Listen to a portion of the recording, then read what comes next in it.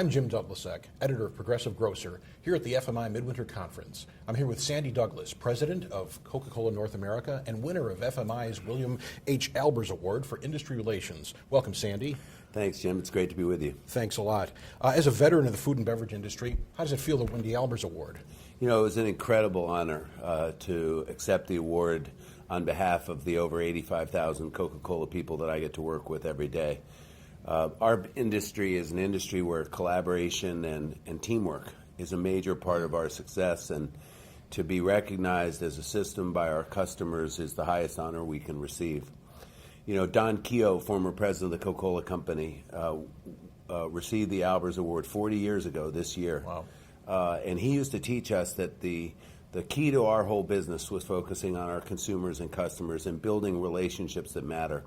And so the Albers Award is a tremendous honor and a recognition of a lot of people's hard work in a great industry. As competition really heats up in the evolving omni-channel retailing environment, what are the most important issues that are facing you and your retail trading partners? You know, it's interesting that a lot of folks are using the term omni-channel now. And from my perspective, I think 5 years from now, we may not be talking about channels anymore.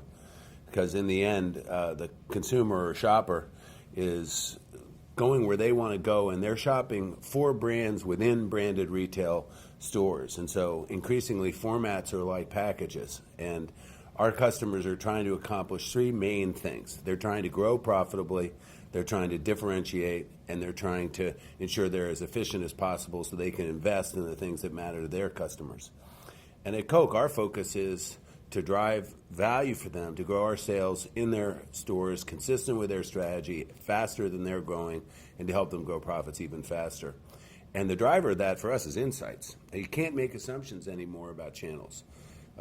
Different retailers are positioned different ways. And so whether it's shopper research or brand research or adjacency research, we're investing a lot in the insights to help bring programs that help our customers grow their business consistent with their customer-focused strategy.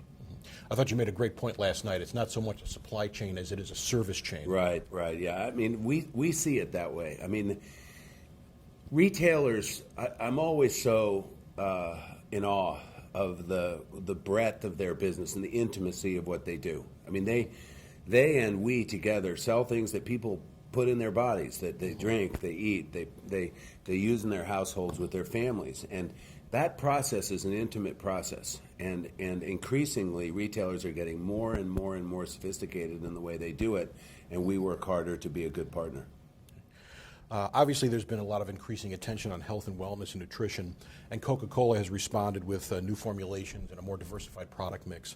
How do you How do you think that's going to continue to evolve in the future? Sure. There's absolutely no question that wellness in general is a major trend, and so for that matter is the environment. Consumers care a lot about how their families are doing and how they're doing, and that's changing what they buy and how they buy it. For us as a beverage company, you know, we're in the business to be lucky enough to sell our drinks tomorrow to consumers, and they buy what they want. And so the implications of all that is that every single brand we sell has to respond to where consumers are going. So if for Coca-Cola, smaller packages.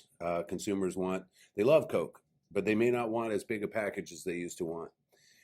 Diets, lights, low calorie products, more natural products. Our company is investing significantly in innovation and new platforms, but we're also making small changes even to the biggest and oldest brands in our portfolio, because ultimately our success will depend on our ability to give consumers what they're looking for. In the end, Jim, the consumer is boss in our business. Absolutely.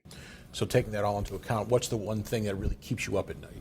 Yeah, I think the word that we've been talking about a lot this week in the industry meetings is trust.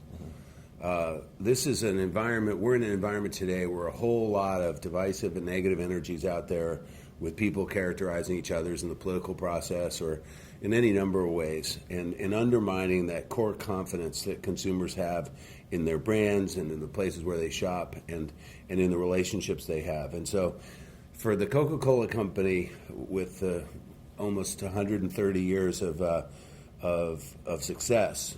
We work very hard to make sure that we are understanding, listening, and acting in a trustworthy way so that we can earn the business for many years to come.